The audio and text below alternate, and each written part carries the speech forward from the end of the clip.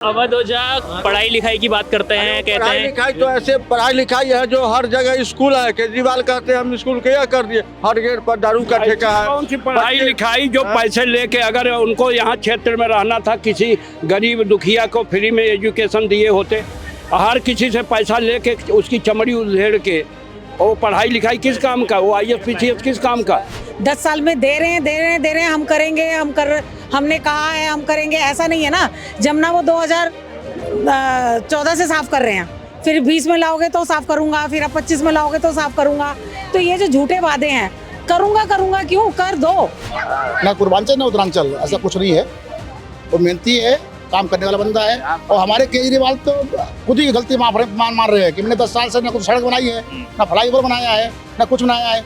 मुझे 5 साल और दो तो मैं सड़क बनाऊंगा, फ्लाईओवर बनाऊंगा, स्कूल बनाऊंगा। तो चुनाव के बीच में लिट्टी चोखे का आनंद ले रहे हैं सारे कार्यकर्ता। यहाँ पर हम लोग इस वक्त विनोद नगर में हैं, पड़पड़गंज विधानसभा सीट में ये इलाका आता है और सारे लोग लिट्टी चोखा का मजा ले रहे हैं। जिस तरीके से आप देख सकते हैं, उनके हाथ में प्लेट है। यहाँ पर मनोज तिवारी थोड़ी देर पहले आए हुए थे, तो लिट्टी चोखा स्पेशल यहाँ पर पूर्वांचलियों के लिए और मनोज तिवारी के लिए बनाया गया था, सभी कार्यकर्ताओं के लिए। क्या लग रहा है लिट्टी चोखे के साथ कैसा स्वाद है चुनाव का? चुनाव स्वाद बहुत बढ़िया है। अच्छा, हम लोग उत्सव एडवांस में मना रहे हैं। अच्छा, लिट्टी चोखा साथ में हमारे रविंद्र नेगी जी एडवांस पहले से जीत रहे हैं और जीते हुए हैं। आने वाली 5 तारीख में हाँ, भाजपा के निशान पे मोहर लगेगा और नेगी जी हमारे विजयी होंगे। और साथ में पूरी दिल्ली में हमारी भारतीय जनता पार्टी की सरकार बनेगी, मुख्यमंत्री हमारा आप होगा। पूर्वांचल से हैं, अवध ओझा भी वहीं से बिहार से आते हैं, तो अवध ओझा का सपोर्ट न करके लोग रवि नेगी को इस बार कर रहे हैं। क्योंकि रवि नेगी हमारे बीच का है जी, और हमारे क्षेत्र का है, जो कि 24 घंटा रात को 2 बजे आता है, सुबह 6 बजे जाग जाता है, पूरा दिन पूरी रात काम करता है।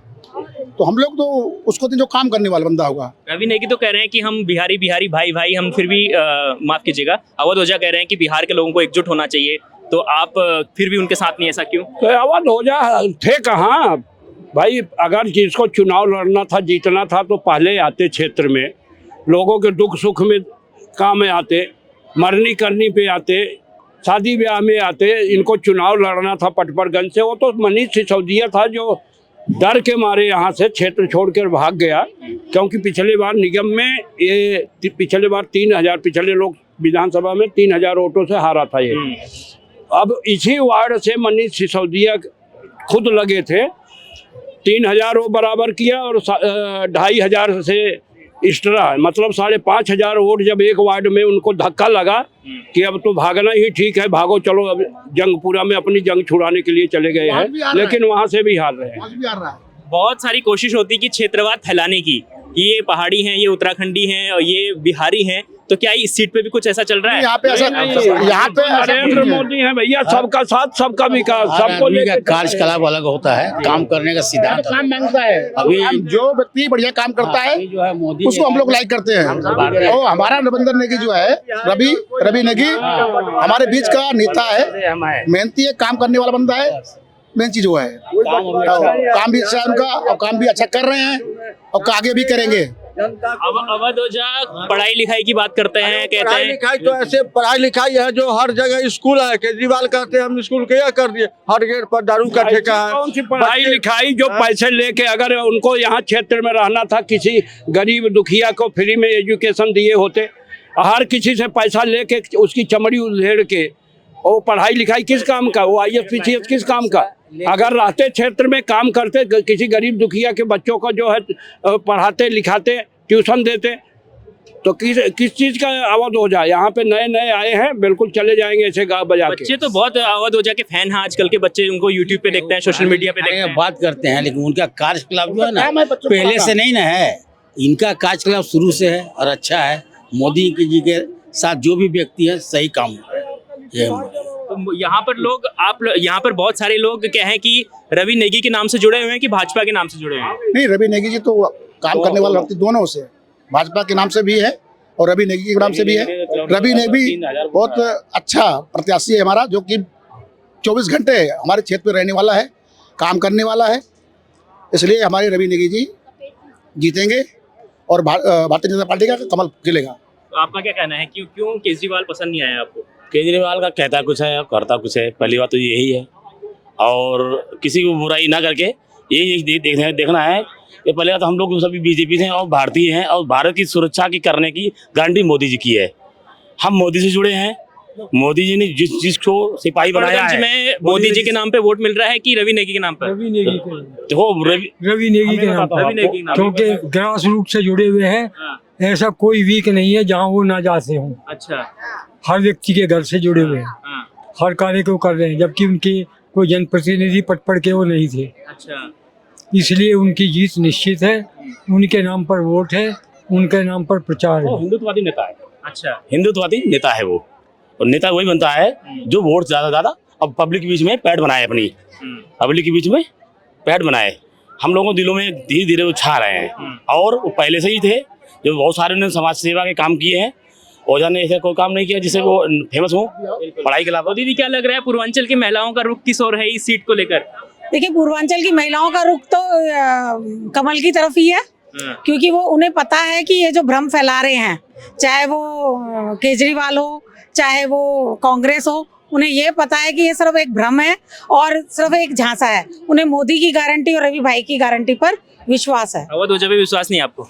अवध ओझा यहाँ का एक तो जनप्रतिनिधि नहीं है। पहले मनीष सिसोदिया को देख लिया, वो 10 साल यहाँ नजर ही नहीं आए, वोट मांगने आए, उसके बाद नहीं आए।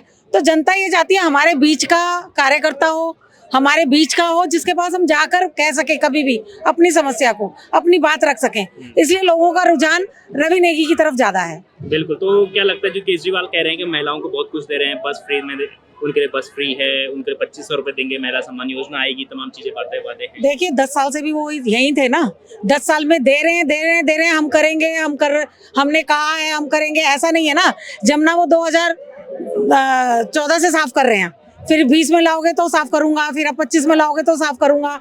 तो ये जो झूठे वादे हैं, करूंगा क्यों, कर दो। अभी आप हो ना, महिला सम्मान दूंगा, महिला निधि सम्मान दूंगा, तो वो अभी दे दो ना। अभी भी तो तुम्हारी सरकार थी। दूंगा क्यों, पहले एक बार कर दो, 1 महीने दे देते, फिर पंजाब शायद। में दिया नहीं गया। 1,000 रुपए वहाँ पे भी देना था, नहीं दिया गया। इससे पहले लोकसभा के चुनाव में 1,000 रुपए के फार्म भरवाए थे, वो नहीं दिया गया। यूपी में भागा सीधा, वहाँ 8,500 रुपए खटाखट फटाफट 4 को 5 को वहाँ नहीं दिया गया।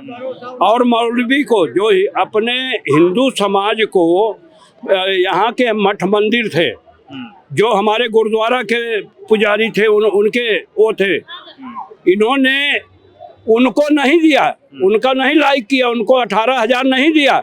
लेकिन इमामों को जो है 18,000 रुपए दे रहा था 10-12 साल से। अब इनको हिंदू समाज के पुजारियों का कहाँ से मठ मंदिर के ध्यान आ गया है? इतना हो कि हिंदू समाज के लोगों को जो है निकालना, धारा 370 मोदी जी हटा रहे हैं, वहाँ के अपने जितने हिंदू है भगाए जा रहे हैं, उनके बारे में न कहना। तो अवध ओझा के लोग आपके पास आ नहीं रहे हैं कि आप सभी पूर्वांचलियों को एक होना चाहिए? क्या इस तरीके की बातें भी चल रही है इस विधानसभा में? नहीं, ऐसा कुछ नहीं है। कोई आपके पास आ नहीं रहा है इस तरीके कोई आ नहीं रहा है, क्योंकि यहाँ तो मेन यहाँ का जो पब्लिक है ना, वो मेन जो यहाँ के काम करने वाला व्यक्ति है उसको चाह रहा है, ना पूर्वांचल ना उत्तरांचल, ऐसा कुछ नहीं है।